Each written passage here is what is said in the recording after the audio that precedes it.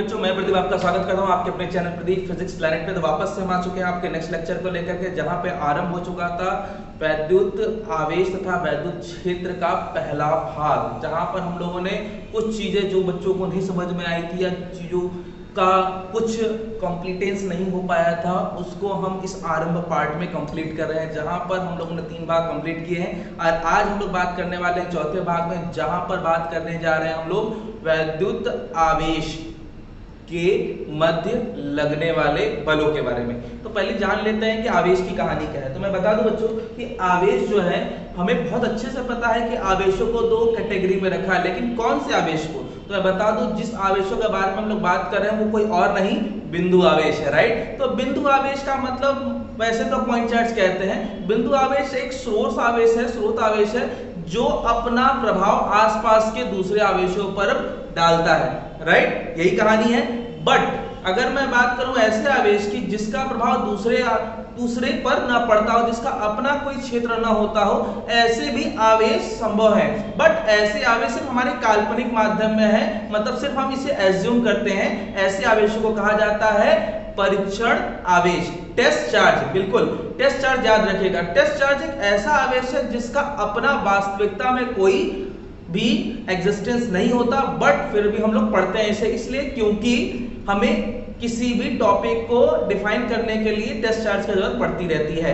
बस याद रखिएगा कि बिंदु आवेश होता है और दूसरा होता है टेस्ट चार्ज। बिंदु आवेश का स्रोत अपना फील्ड रखता है, लेकिन टेस्ट चार्ज का अपना फील्ड नहीं होता है। राइट, मतलब वो होंगे तो, बट उन पर कोई प्रभाव नहीं पड़ता। ये उसी तरीके से जैसे आपके परिवार में जो सबसे छोटा बच्चा है उसका कोई नहीं सुनता, उस पर सब लोग अपनी बातें थोपते रहते हैं, बट उसका भी तो एग्जिस्टेंस है, लेकिन वो किसी और पर अपना प्रभाव नहीं डाल सकता, इसलिए वही आपका क्या है, टेस्ट चार्ज है। राइट, समझ में आ रहा होगा।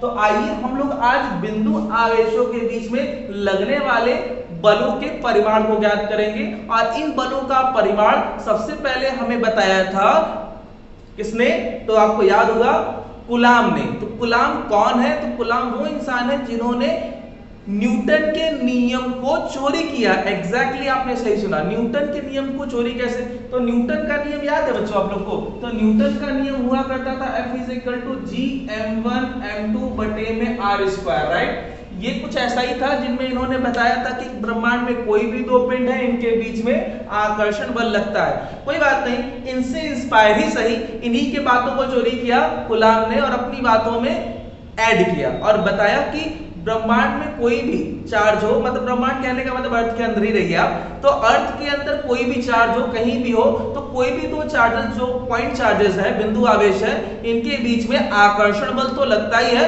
प्रतिकर्षण बल भी लगता है। आकर्षण और प्रतिकर्षण बल का जो परिमाण है वो उनके द्रव्यमान पर निर्भर नहीं करता, क्योंकि द्रव्यमान बहुत कम होता है, तो इनके द्रव्यमान पर निर्भर नहीं करता। किस पर निर्भर करता है, उनके आवेश के परिमाण पर निर्भर करता है, क्योंकि आकर्षण प्रतिकर्षण बल उनके आवेश के नेचर की वजह से आया है, इसीलिए यह आकर्षण या प्रतिकर्षण बल दोनों होगा और यह बल उनके आवेशों के परिमाण पर डिपेंड करता है कि आवेश कैसा है। और दूसरी इंपॉर्टेंट बात, किन्हीं 2 बिंदुओं के बीच में अगर बल लग रहा है तो याद रखें वो हमेशा व्युत्क्रम वर्ग के नियम का पालन करेगा ही करेगा। मतलब यहां पर भी 2 आवेशों के बीच में दूरी बड़ी इंपॉर्टेंट होगी और ये उसी तरीके से काम करते हैं जैसे पहले हमारे न्यूटन के व्युत्क्रम वर्ग के नियम में काम करती थी ये दूरी का वर्ग, एग्जैक्टली वैसे ही। तो आइए क्या कहते हैं कूलाम आवेशों के बारे में, तो हम लोग पढ़ने जा रहे हैं कूलाम का नियम। वेरी इंपॉर्टेंट बच्चों, कूलाम का नियम याद रखिएगा। अब ये आपको हमेशा काम देगा, हमेशा। इसको हम लोग कहते हैं Coulomb's law. Right, Coulomb's law. अब थोड़ा समझें, माना कोई 2 बिंदु आवेश है, बिंदु आवेश किसे कहते हैं, जिसका अपना क्षेत्र हो। राइट, तो यहाँ पे कोई बिंदु आवेश है और बिंदु आवेश का ना कोई अपना कोई शेप नहीं होता, याद रखिएगा। तो यहाँ पर हमने इस पर कोई चार्ज दे रखा है, इस पर भी कोई चार्ज दे रखा है। इस पर चार्ज का अमाउंट है Q1, इस पर चार्ज का अमाउंट है Q2, और इनके जो बीच की दूरी है, दूरी बड़ा मायने रखती है बच्चों। तो दूरी है इनके बीच की क्या, स्मॉल r। राइट, तो यहाँ पर इनके बीच में आकर्षण बल भी लग सकता है, कब लगेगा, जब प्लस माइनस होगा, और प्रतिकर्षण बल भी लग सकता है, कब लगेगा, जब आपका सजातीय होगा। तो यहाँ पर सजातीय और विजातीय इनके बीच में बल लगेगा और यह बल का परिमाण एग्जैक्टली न्यूटन के नियम के आधार पर ही इन्होंने भी बताया था। क्या बताया था? इन्होंने बताया कि यह बल इनके आवेशों के परिमाणों के गुणनफल के अनुक्रमानुपाती होता है। अनुक्रमानुपाती कहने का मतलब जितना ज्यादा इनका मैग्नीट्यूड परिमाण होगा उतना ज्यादा बल लगने का यहाँ पे चांस होगा, राइट। और यहाँ पर नेक्स्ट है दूरी। व्युत्क्रम वर्ग के नियम का भी पालन करता है, अगर दूरी भी डिपेंड करती है। तो एग्जैक्टली उसी तरीके से होता है जैसे आपकी न्यूटन ने वहां बता रखा था। मतलब ये दूरी के वर्ग के व्युत्क्रमानुपाती होता है, 1/r² पर निर्भर करता है। जैसे जैसे दूरी बढ़ेगी बल का मान वर्ग के आधार पर घटेगा, राइट। तो ये जो फैक्टर आप देख पा रहे हो इसको हमें कंबाइन करके लिखना होगा, जैसा कि हम लोग पहले से सुनते आए हैं, अर्थात F proportional to Q1 Q2 upon r², right. तो F proportional to Q1 Q2 upon r² में Q1 Q2 और r² सब समझ पा रहे हो, प्रोपोर्शनलिटी हटा दो। अब आपको बता दूं कि प्रोपोर्शनलिटी क्या होता है। किसी भी जब टर्म की बात करते हो ना तो उसमें माध्यम का एक नियतांक आता है। अब बात अगर आवेश के बारे में हो रही है तो आवेश के माध्यम के लिए कांस्टेंट आएगा। और किसने बताया था? कूलाम ने बताया था। तो कूलाम ने इसका नियतांक भी बताया है। तो यहाँ पे ध्यान दीजिएगा, प्रोपोर्शनलिटी हटेगा तो कांस्टेंट आएगा और इस कांस्टेंट का नाम होगा स्मॉल k, Q1 Q2 बटे में r², राइट। तो यहां पर आपको मिला एक नया टर्म, जहां आपको बताना होगा ना कि k क्या है। k कूलाम नियतांक कहलाता है, कूलाम नियतांक, राइट। तो ये हो गया कूलाम नियतांक है। अब इसका मान भी उन्हें बताना था। तो जैसे आपको बता दें, इसे न्यूटन ने सार्वत्रिक गुरुत्वाकर्षण नियतांक कहा था। सार्वत्रिक इसलिए क्योंकि इसका मान ब्रह्मांड में कहीं नहीं बदलता, लेकिन बात यहाँ पे पृथ्वी के अंदर ही हो रही, आवेश यहीं पर है। तो यहाँ ये जो नियतांक है ये सार्वत्रिक नियतांक नहीं है, ये नियतांक पृथ्वी पर है और इसका मान सार्वत्रिक नहीं फिक्स होगा। और वो तब होगा जब आसपास कुछ ना हो, मतलब निर्वात हो। तो ऐसे केस में इन्होंने k का मान भी बताया था। क्या बताया था? जहां कूलाम नियतांक k बराबर 9 × 10⁹ ये बताया और इसका यूनिट भी बताया, क्योंकि प्रोपोर्शनलिटी है, प्रोपोर्शनलिटी मतलब अनुपानुपाती नियतांक है, तो इसका मात्रक भी बताया। न्यूटन देखो k का मात्रक कैसे निकलेगा, ये बल है, ये इधर जाएगा तो न्यूटन, ये दूरी है मीटर का स्क्वायर, ये आवेश कूलाम इनटू कूलाम, कूलाम नीचे गया तो बटे में कूलाम इनटू कूलाम, कूलाम का स्क्वायर, राइट। अथवा k का मान भी उन्होंने बताया 1/4 पाई एप्सिलॉन नॉट। देखिए ये एक नया टर्म देख रहा है, एप्सिलॉन नॉट। ये कौन है? अब इसी पर थोड़ी बातें हम लोग आगे बढ़ेंगे, इसी पर थोड़ी सी और चर्चा करेंगे, थोड़ा रुकिए। तो यहां पर एप्सिलॉन नॉट कौन है? तो एप्सिलॉन नॉट को कहते हैं निर्वात, क्योंकि बातें कहां पे हो रही है, जहां पे कुछ ना हो उसे निर्वात कहते हैं। निर्वात की वैद्युतशीलता, ध्यान दीजिएगा, निर्वात की वैद्युतशीलता कहलाती है, निर्वात की वैद्युतशीलता कहलाती है। और एप्सिलॉन नॉट निर्वात में किन्हीं दो आवेशों के बीच में वो एक मिनिमम फैक्टर है, वह मिनिमम कारक है जो आवेशों को बल लगने के लिए चाहिए ही, उसको आप हटा नहीं सकते, मिनिमम वैल्यू। जैसे होता है ना मार्केट में, आप कुछ बोली लगाने जाते हो तो सबसे पहले आप जब बोली लगाते हो तो बोली 0 से शुरू नहीं होती, 0 से कोई बोली नहीं होगी। आप जब भी बोली में जाओगे, कहीं भी जब बिडिंग होती है ना, तो वहां पे एक मिनिमम अमाउंट फिक्स होता है कि बोली यहां से शुरू होगी, ये मिनिमम प्राइस है। तो इसी तरीके से निर्वात का वो मिनिमम मान होता है एप्सिलॉन नॉट, और उस एप्सिलॉन नॉट के आधार पर ही अब वैल्यू आगे बढ़ना स्टार्ट करेंगे। और ये टोटल निर्वात पर लगने वाला प्रभाव है, टोटल प्रभाव, राइट। Okay fine. तो फाइनली जो कूलाम बल होगा, कूलाम बल, अब वो क्या हो जाएगा? कूलाम बल अतः बिंदु आवेशों के मध्य बल, बिंदु आवेश के मध्य बल, ये बल कैसा होगा? ये आकर्षण भी हो सकता है, प्रतिकर्षण भी हो सकता है। तो होगा 1/4 pi epsilon naught Q1 Q2 बटे में आर स्क्वायर, राइट। ये हो गया आपका final formula, F is equal to 1/4 pi epsilon naught Q1 Q2 upon R square. और ये कहां से आया? ये कोई और नहीं, ये वही K है जिसको हमने 9 × 10⁹ न लिख करके सीधे 1/4 पाई एप्सिलॉन नॉट लिख दिया। क्यों लिखा?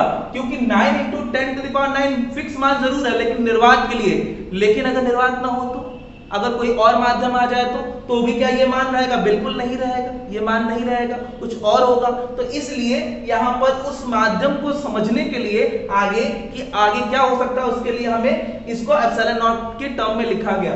तो ये मान निकलेगा कैसे? तो ये K का मान तो आपको पता ही था, 1/4 पाई एप्सिलॉन नॉट पता ही है, तो इससे एप्सिलॉन नॉट का मान पता चल जाएगा, कोई दिक्कत नहीं होगी। क्या है? दो बिंदु आवेशों के बीच में वो मिनिमम फैक्टर जिससे आवेशों के बीच में बल प्रभावित होगा, राइट। आइए अब इसका नियम पहले लिख लिया जाए, फिर हम लोग इसको इरेज करते हैं। किन्हीं दो बिंदु आवेशों के मध्य लगने वाला आकर्षण अथवा प्रतिकर्षण बल आवेशों के परिमाणों के गुणनफल के अनुक्रमानुपाती, ध्यान दीजिएगा,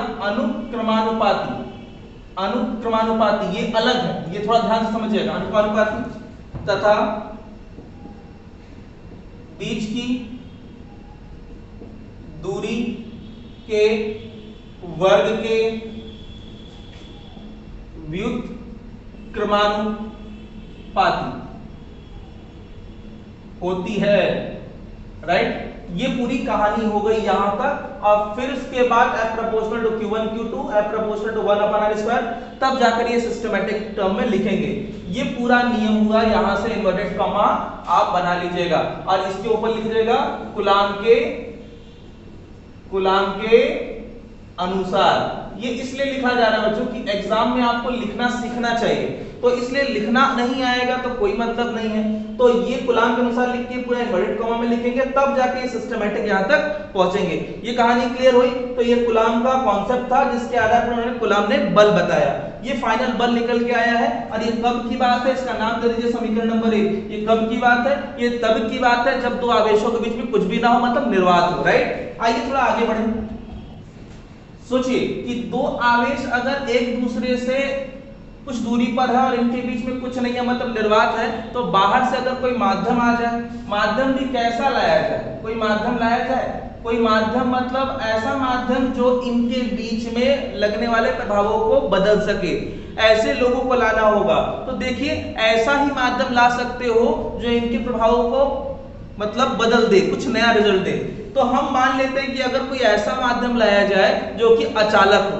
अचालक का मतलब क्या होता है? पेपर, लकड़ी, प्लास्टिक, ये सब क्या है?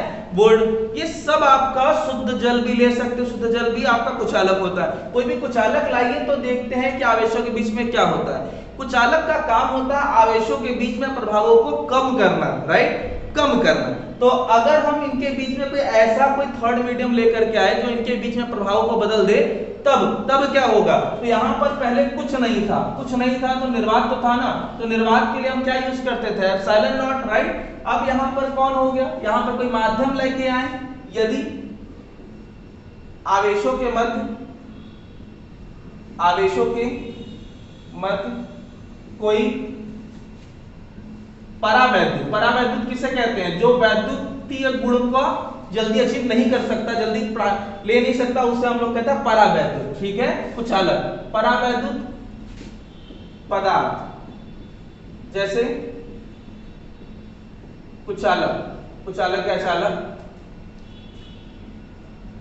लाया जाए, तब तब इनके बीच में लगने वाला प्रभाव क्या होगा, तब आवेशों के बीच में, तब आवेशों के मध्य बल। अब ये बल क्या होगा, तो बल अब बताने के लिए कुछ नहीं करना है, अब एप्सिलॉन नॉट के साथ वो माध्यम आ जाएगा। क्या सारे माध्यम एक जैसे होते हैं, तो नहीं, दो लोगों के बीच में लड़ाई हो रही है, तो आपके बीच में कैसा इंसान आ रहा है जो इनके बीच में लड़ाई को प्रभावित कर सकता है, वो डिपेंड करता है कैसा है, हेल्दी है, दो लोग आ रहे हैं, तीन लोग आ रहे हैं, बहुत ज्यादा पावरफुल है, बहुत वीक है, डिपेंड करता है, सबका अपना अपना अलग अलग क्षमता होगा।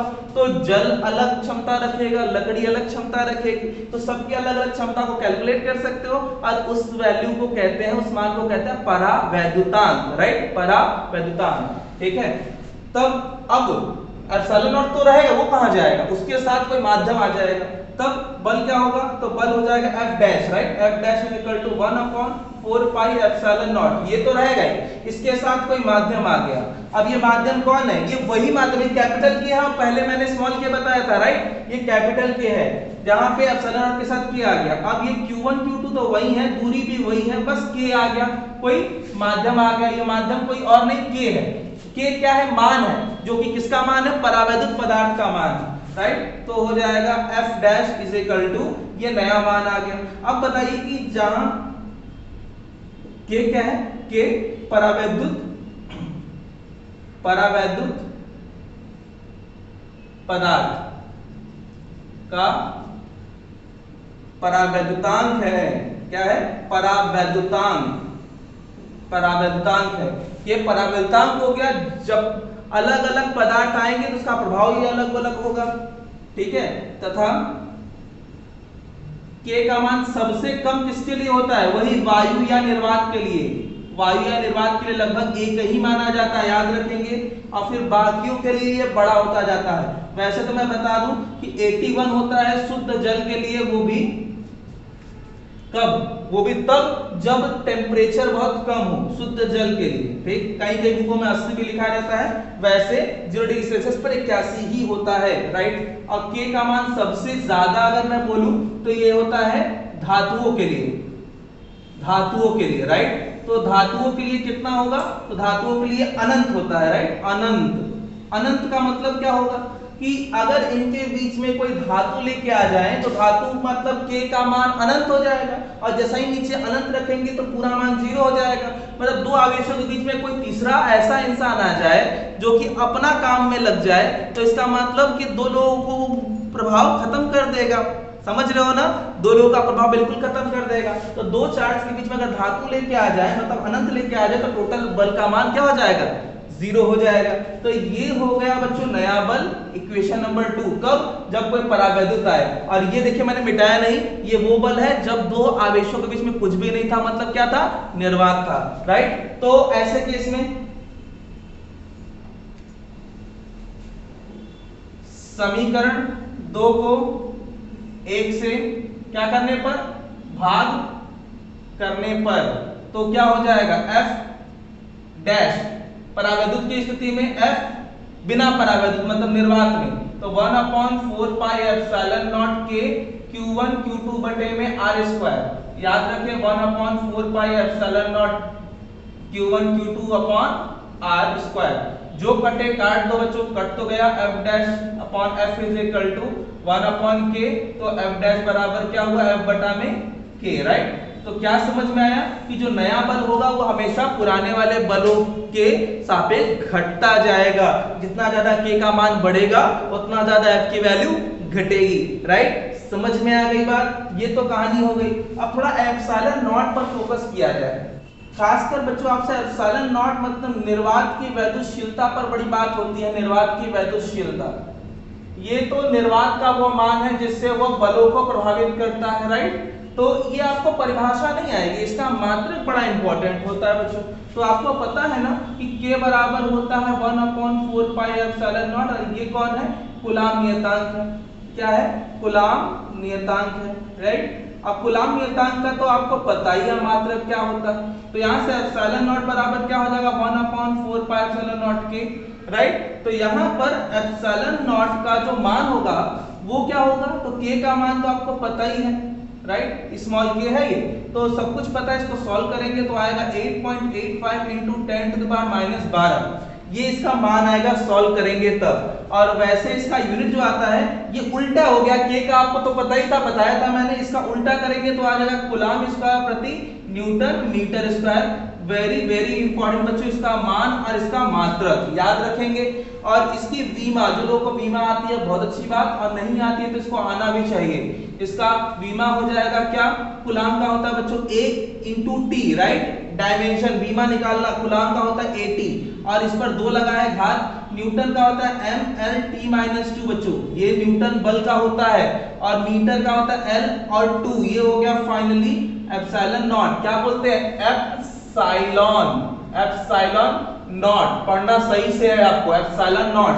और यहाँ पर ये हो जाएगा, m ऊपर जाएगा तो हो जाएगा आपका m-1, राइट, और L यहाँ तो L3 ऊपर जाएगा तो L-3, राइट, और यहाँ T-2 और ऊपर भी T2, T-2 ऊपर जाएगा तो 2 और 2 मतलब T पावर 4, A के पावर 2, ये पड़ा हुआ है बच्चों। तो फाइनली एप्सिलॉन नॉट का क्या हो गया, आपका आ गया बीमा, राइट।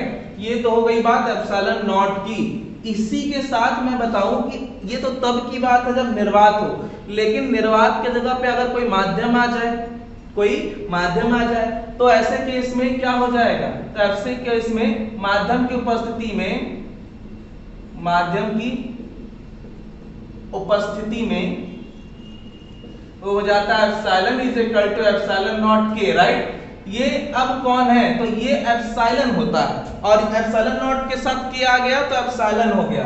अब इसको कहते हैं, क्या कहते हैं, इसको कहते हैं आप माध्यम है ना, तो माध्यम की वैद्युतशीलता, राइट, वैद्युतशीलता पूरा लिखेंगे तो ये हो गया आपका नया फॉर्मूला, राइट, समझ में आ रहा है।